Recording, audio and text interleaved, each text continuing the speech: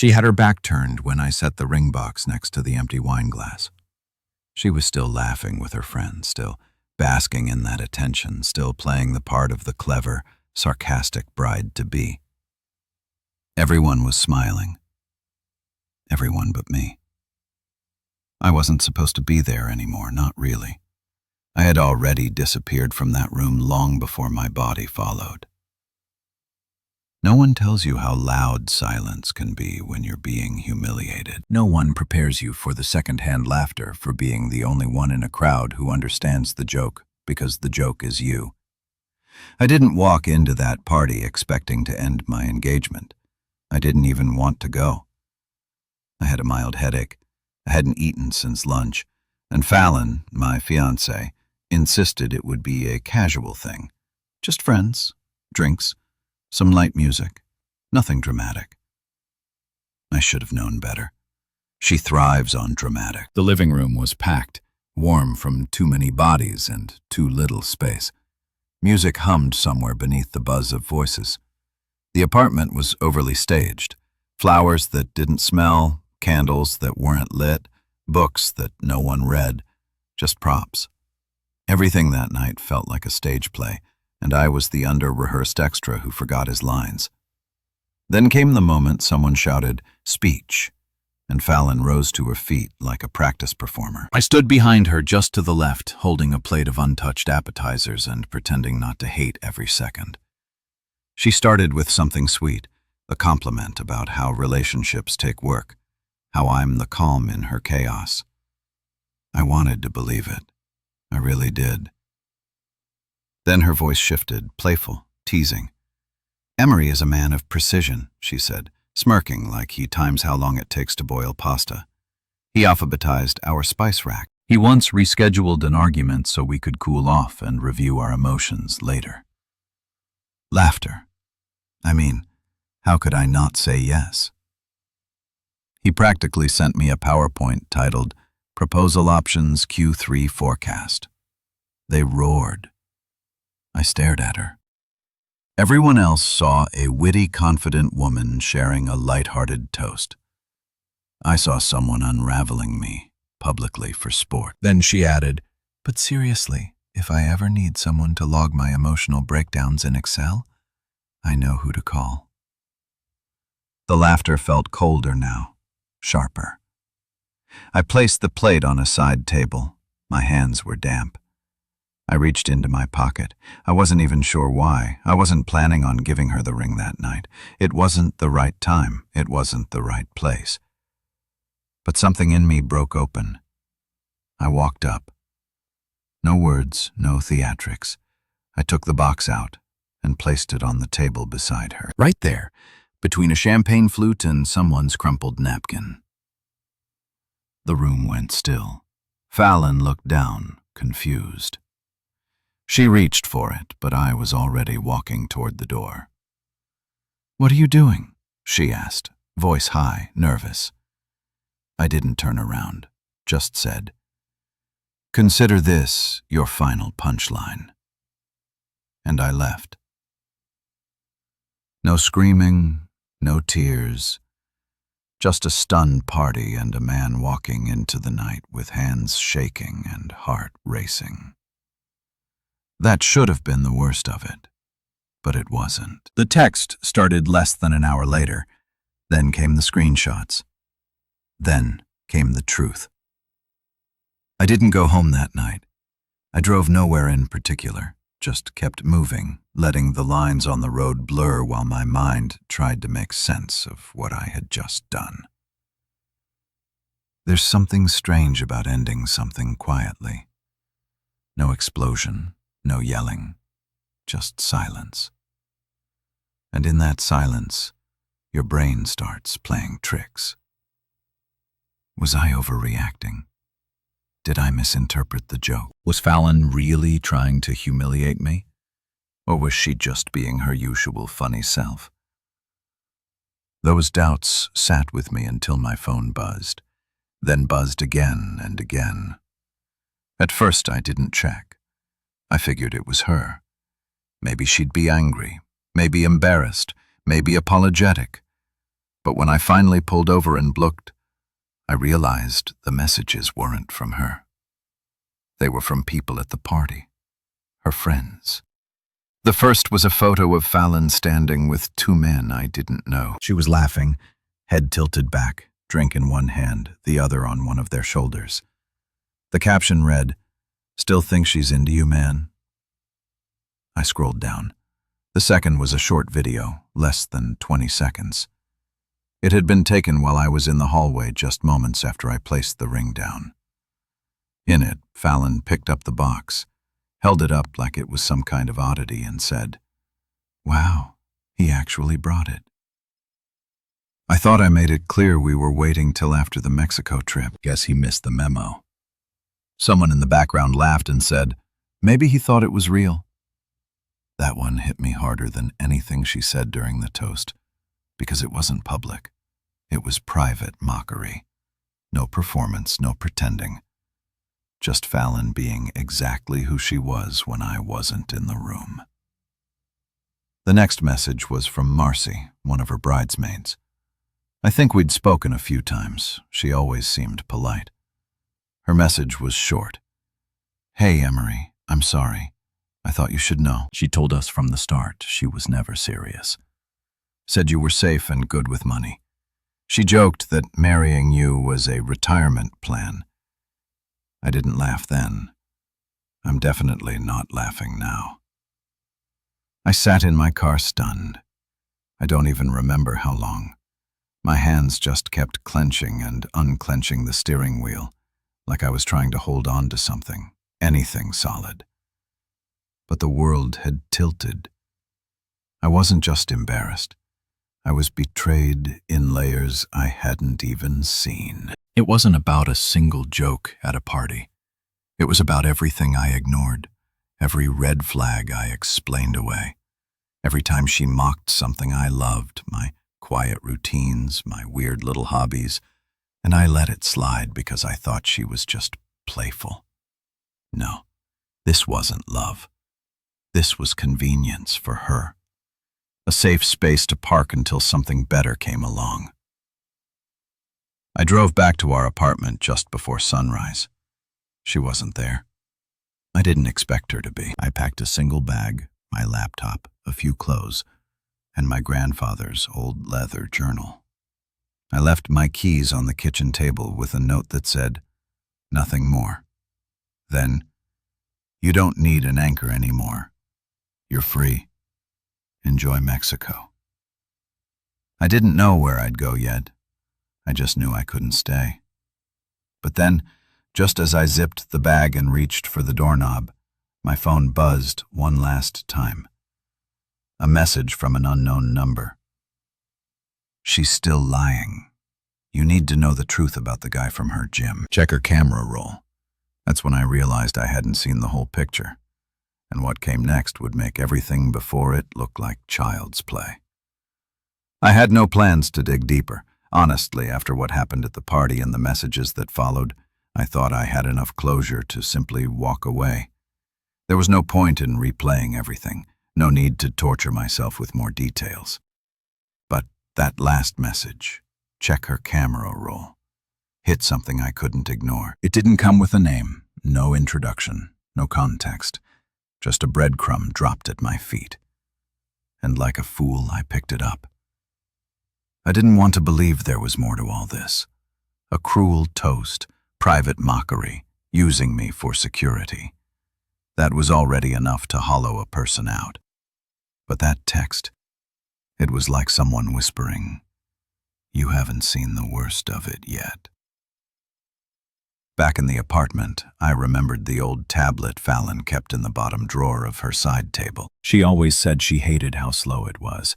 Claimed she only used it to read recipes and store photos she didn't want cluttering her phone. I never once looked through it because I trusted her. Even then, a part of me hesitated. This wasn't like me. I don't snoop. I'm not the type to pry. I like rules, structure, boundaries. But whatever innocence was left in me had been shattered the night before. The tablet still had charge. It lit up sluggishly and prompted for a passcode. I tried her birth date. Nope. Then the name of her cat from college. Nothing. On a frustrated whim, I typed in Mexico 2024. Unlocked. The gallery opened instantly. Dozens of folders, some labeled, some not. One just had a heart emoji. Another had the word warm-ups. Another simply Lola. I clicked on Lola. My heart sank. The photo started harmless. Fallon at the gym. Fallon in leggings. Fallon posing in front of mirrors. But then came the selfies. Not one she ever sent me. These were different. Intimate. Posing on a hotel bed, wearing a man's shirt I didn't recognize. Her smile wasn't for me. Her eyes looked at someone else behind the camera. There were videos too. I didn't open those. I couldn't. I scrolled through image after image, trying to convince myself I was reading it wrong, that maybe this was old, maybe it predated us. But then I saw him, the man. He appeared in a mirror reflection, blurry but unmistakably present. Short hair, a sleeve of tattoos down his left arm, and a necklace I'd seen before, not in real life, but in her gym bag. I always thought it was hers. I remembered that once, about 6 months ago, Fallon had gone out of town for a wellness retreat. She told me no phones were allowed. She returned tan, rested, glowing, and that way people do when they've been somewhere they didn't want to leave. When I asked her how it was, she brushed it off. Boring, she said. Too much yoga. But here was photographic proof she hadn't been bored or alone. The timestamps didn't lie either. Some were from that retreat, others were more recent, right up until last week. And one video was dated 2 days before the party. The night before, she begged me to go ring shopping. In the middle of all this madness, my phone rang. It was a number I didn't recognize. Against better judgment, I answered. "Is this Emery?" a woman asked. "Yeah," I said cautiously. "I'm so sorry," she whispered. "My name's Krista. I was seeing the same guy Fallon was, the one with the tattoos. I found your number in a group message thread on her tablet. I didn't know you existed until last night. That's when it hit me. Fallon wasn't just cheating. She was cheating with a cheater. And I wasn't just humiliated. I had been unknowingly placed in the middle of someone else's lies too. It wasn't a triangle. It was a web. One Fallon had been spinning for months, maybe years. Krista told me things I can't repeat here, not because they're explicit, but because they're humiliating. Fallon had lied about me to him too. Told him I was her roommate. Told him I was clinging, weird, boring, that I didn't even sleep in the same bed. She said she was only sticking around to secure a few financial things. I thanked Krista, though my voice cracked doing so. I hung up and I sat on the floor in the middle of our bedroom, surrounded by the life I thought we were building. I had nothing left to doubt anymore, but I did have something left to do. The wedding was officially canceled, but Fallon didn't know it yet. And what I did next would finally flip the script she thought she was writing for me. I didn't sleep that night, not even for a second. I sat cross-legged on the cold hardwood floor, the old tablet beside me, her picture still open, the glow of the screen mocking me. Every hour or so I'd look at the door like she might walk in, hungover and smiling, maybe ready to laugh the whole thing off again. But she didn't come home. Of course she didn't.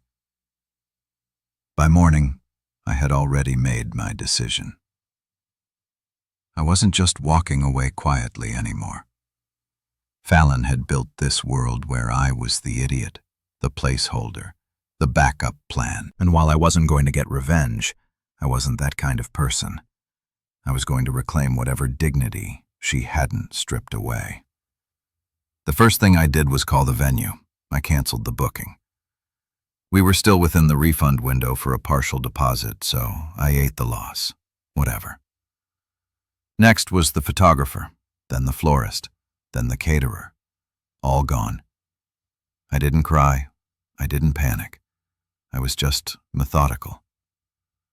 I think that scared me more than anything. How calm I'd become while my entire life was turning dash. But the real moment came when I logged into the shared wedding website. Fallon had built it herself. Pages of carefully curated details. A countdown to the big day. Engagement photos of us posed in a field like we were characters from some dreamy indie romance. Bios she wrote that made me sound like a lovable nerd who had won her over with spreadsheets and patience. There was a tab titled, Our Story. I hovered over it for a long time before clicking. She had written a paragraph that described me as the kindest, most reliable man she'd ever met. Funny how reliable can be code for easily manipulated. I didn't delete the page. I edited it. I replaced the paragraph with something new. Not bitter, not cruel, just honest. Sometimes love is confused with comfort. Sometimes laughter hides disrespect. This wedding has been canceled. And if you're reading this and wondering why, it's because some things are meant to fall apart before they become a prison.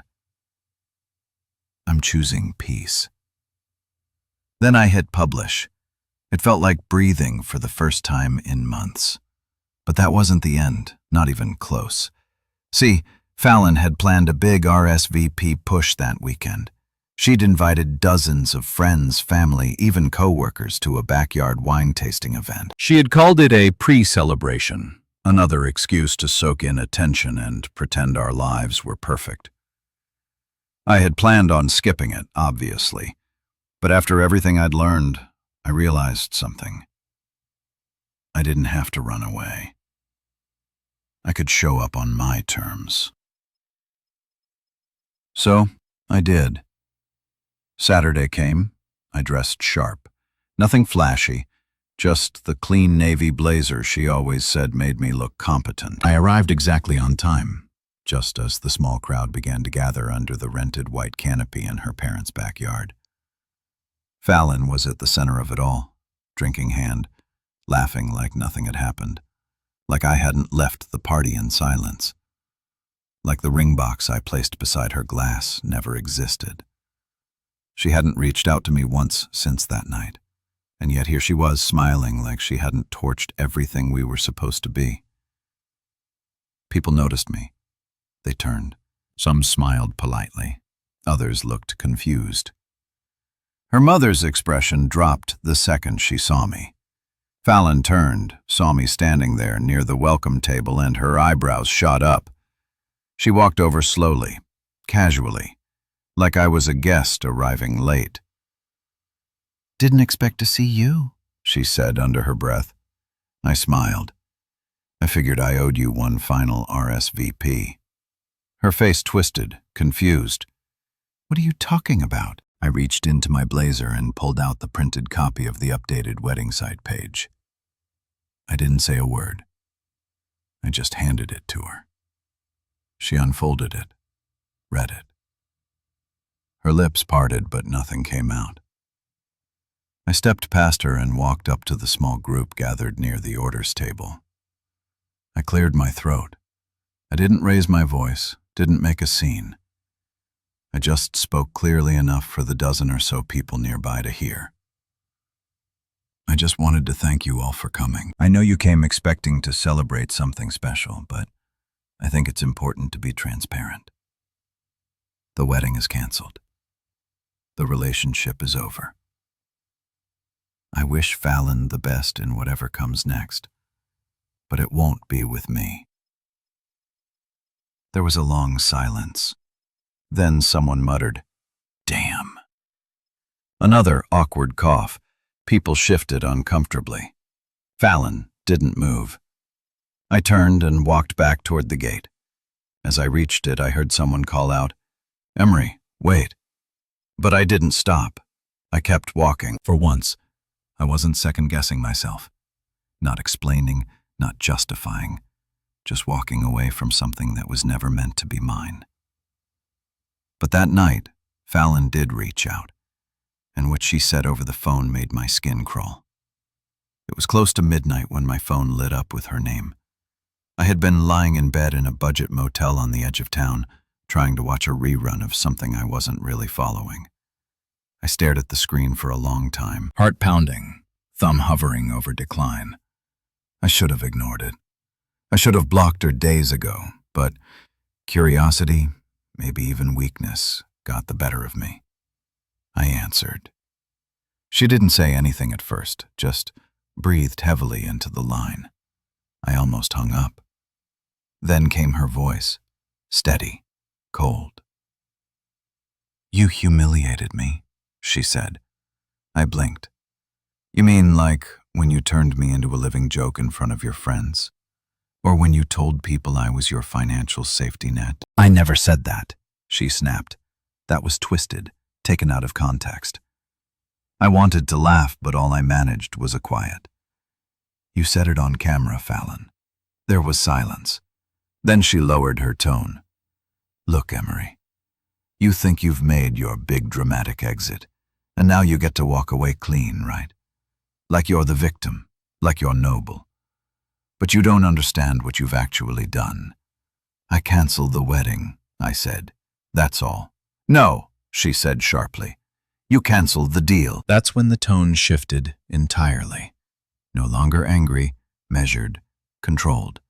Like she was trying to explain a business transaction that had gone off script. "You think I didn't know who you were? Of course I knew. That's why I picked you. You're careful. You're predictable. I needed someone to stabilize things while I worked out the rest." "The rest?" I asked, voice barely above a whisper. "I was going to take care of you," she continued. "I wasn't just using you.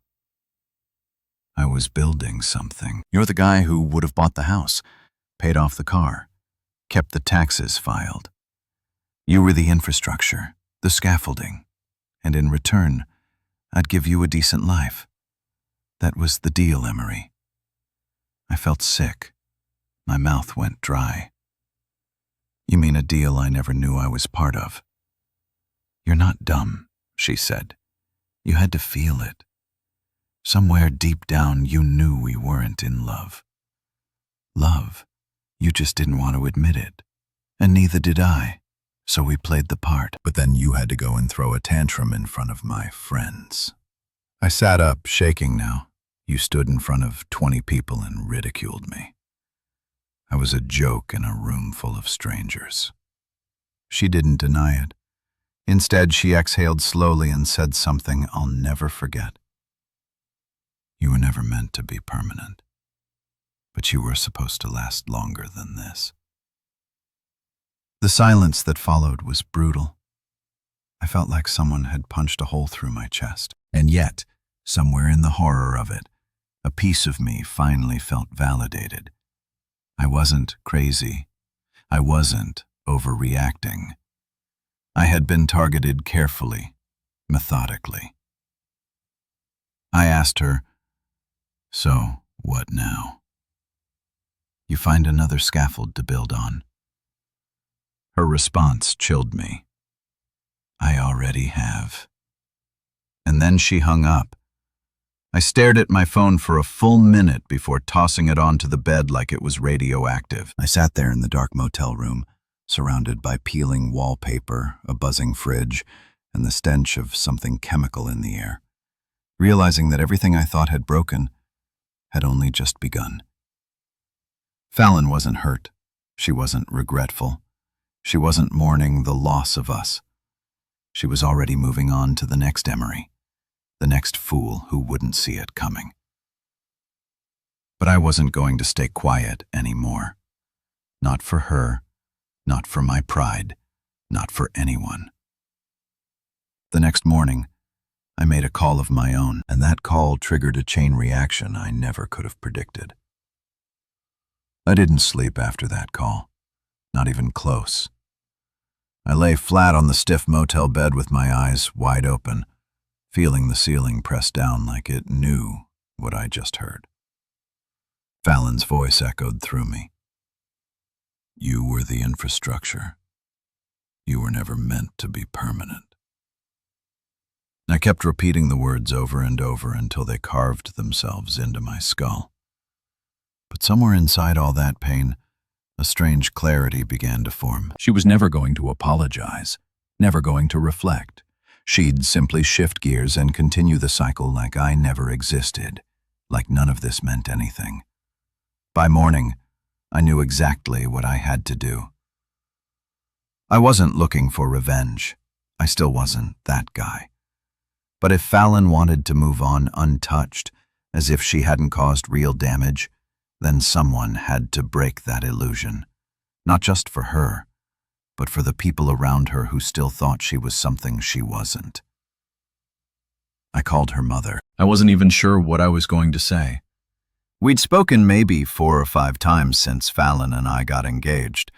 Donna was always the polite, tightly smiling type, complimenting your haircut while eyeing your shoes like they weren't polished enough.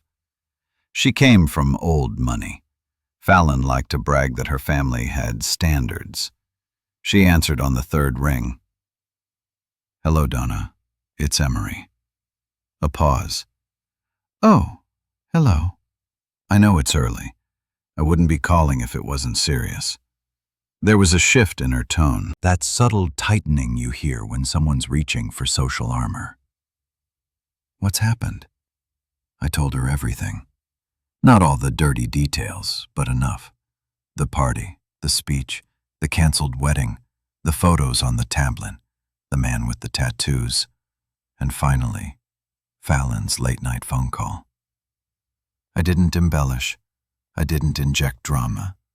I just laid it out, one agonizing brick at a time. There was a long, trembling silence on the line. Then she said, almost in a whisper, I warned her. What? I told her this would happen. I told her not to do it again. That froze me again.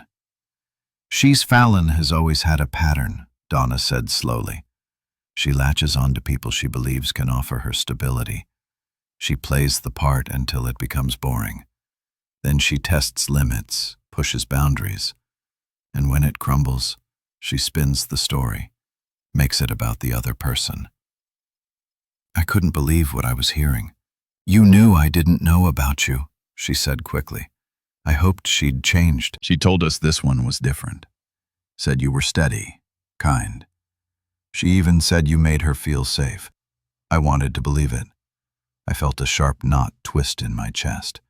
Why didn't you warn me? Donna sighed.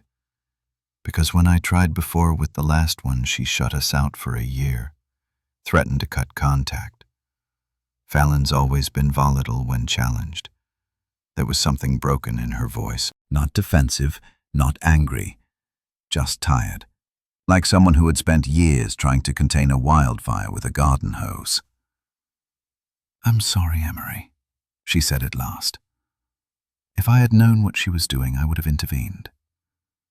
But she has her secrets, her way of keeping things compartmentalized.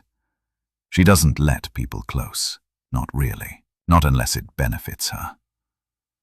I didn't know what to say. Part of me wanted to scream. Part of me just wanted to hang up and crawl under a blanket and disappear. But Donna wasn't finished. I'll handle the family. You shouldn't have to explain yourself to anyone. I'll speak with her father, her aunts, everyone. We'll take care of it. I thanked her, hung up, then stared at the wall for a long time, feeling the weight of it all settle over me like wet cement. Fallon's entire life was a performance, and I had been another scene partner. Rehearsed, replaced, forgotten. But the fallout had just begun. By the time I checked my phone again that afternoon, my inbox was filled with messages. Her cousins, her maid of honor, 2 of her co-workers, people who had already seen the wedding site, who had heard from Donna, who wanted to know if it was true, who wanted to apologize. And then there was one message that made my stomach drop. It was from someone named Vaughn. "You don't know me, but I know Fallon. I need to talk to you in person. There's something you should see before she buries it." I didn't know who he was, but something told me he wasn't just another name on a long list. I didn't respond to Van's message right away. I must have reread it 10 times, sitting there in the cramped motel room with the humming fridge and peeling wallpaper. The phrasing chilled me, "before she buries it." That could mean anything. But after everything I'd already seen, I had no reason to believe Fallon wasn't capable of hiding something bigger. And if I'd learned anything in the last few days, it was this. Don't ignore the red flags just because you're too tired to deal with more pain. So, I texted back where and when. His reply came within a minute. "Public place, Tanglewood Cafe on 3rd, 5 p.m. I'll be in a gray jacket. Come alone." It sounded like something from a bad movie, but I went anyway. The place was familiar. Fallon and I used to go there when we first started dating. She liked the atmosphere, said it felt artisanal without trying too hard. I remember she once told the barista to be more generous with the aesthetic when decorating her cappuccino. I should have known right then. I arrived early, sat at a table near the window, ordered black coffee I couldn't taste, and waited. Van walked in 10 minutes later. Early 40s, tall, fit, well-kept beard, and a face that looked like it had weathered a few too many disappointments. He spotted me, walked over. Didn't bother with a handshake. "You're Emery?" he asked. I nodded. "You're Vaughn." He sat down, dropped a manila folder on the table between us, and leaned back. "I dated Fallon 3 years ago," he said. "We were together for 7 months. I didn't know about the others until it ended. I didn't speak, I just listened. She told me I was everything she wanted, then disappeared. Ghosted me for 3 weeks. I thought something happened to her. When she finally answered, she told me she'd reconnected with someone from her past and needed to see where it led. That she never meant to hurt me, but she had to follow her heart. I bought it. He slid the folder closer to me until I found this. I opened it. Inside were printouts, screenshots, dozens of them. Fallon's messages to someone named Marcus. They were romantic, graphic, time-stamped during the time Vaughn was still with her. She had saved Marcus' contact under a fake name, Ava, from work, but the content gave it away. Pet names, hotel room numbers, promises. One of the screenshots even showed a message she sent to Marcus the same night she told Vaughn she was sick and couldn't come over. "She used me as a cover," Van said quietly. "She told people we were getting serious, that I was the one pushing for more. I wasn't. I was just trying to keep up." I looked through more of the pages. Some were familiar. Fallon had used the exact same phrasing with me. "You're the call I never knew I needed. You make me feel safe. I'm building a life with you." It was like she had a script. But it got worse. The final page was a screenshot dated 3 weeks before our party. Fallon had messaged Marcus again, this time under a new contact name. The conversation made my stomach twist. "Fallon, he's proposing soon." "Marcus and Fallon, I'll accept for now. It buys me more time." "Marcus, you're playing with fire." "Fallon, please. He doesn't even know how to read people. He's an accountant with a heartbeat." I closed the folder slowly, my vision blurred at the edges. "She sent that while living with me," I whispered. Van nodded. "She doesn't think people like you or me matter. We're functions, transitional chapters. She's always looking for the next page." I sat back, trying to breathe, trying to stay composed. A few people were watching us from nearby tables. I didn't care. "Why show me all this?" I asked. "Because I wish someone had done it for me," he said, "and because she's going to spin this. She always does. When you walked away, you became the villain in her version. She'll tell people you were controlling, insecure, cold. The wedding fell apart because of you. This," he tapped the folder, "this is your proof for when it starts." I thanked him. He left soon after. I stayed staring at the manila folder like it was radioactive. Then after 20 minutes, I took it back to the motel, sat on the edge of the bed, and cried for the first time since it all began. Not because of the betrayal, not even because of the manipulation, but because I finally understood that I had never actually known the woman I loved. She was a collection of borrowed lines and rehearsed mannerisms shaped to fit the man in front of her. And once that man outlived his usefulness, she moved on like changing seasons. But even after everything, there was one last storm coming. Because Fallon had seen the updated wedding site, and now she wasn't playing games anymore. She was ready for war. The email came just after noon the next day. Short subject line: "You think you won?" It was from Fallon, of course, and though I promised myself not to read anything more from her, I opened it. Maybe I needed to see how far she'd go. The message was venom dressed in lace. "I hope you enjoyed your little moment, Emery. You think you're the victim? You humiliated me in front of family. You ruined my reputation. Do you even realize what you've done to my future? I trusted you not to be cruel. Guess I overestimated your spine. I will be talking to a lawyer about slander and defamation. Stay out of my life, or I swear I'll make sure everyone sees the version of you I decide to write." I sat there frozen, blinking at the screen. A lawsuit for walking away from a wedding, from a relationship she sabotaged from the start. That would have destroyed me months ago. But now I just smiled because I wasn't that same man anymore.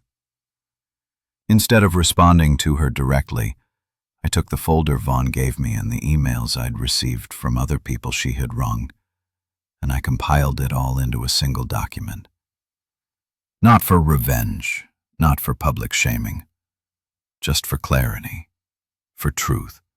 I sent it to the lawyer I'd consulted when I called the venue contract. I wanted a record just in case. Then I wrote her one last reply. No emotion, no drama. "Fallon, I'm not fighting you. There's nothing to fight over. You've made your choices and now I'm making mine. I won't engage further. I've saved everything. If you pursue legal action, I'm prepared. I hope one day you get tired of building your life out of ashes. Emery."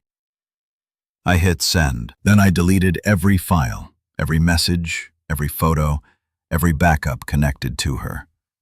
I erased her from my devices, not out of rage, but for peace, because I needed space to breathe again. And slowly, that space began to fill with light. Over the next few weeks, something strange happened. People started reaching out, not just with sympathy, but with their own stories. Her ex-Corker, one of her bridesmaids, a woman she had once conned into lending her money. I learned I wasn't alone. Fallon had left a trail.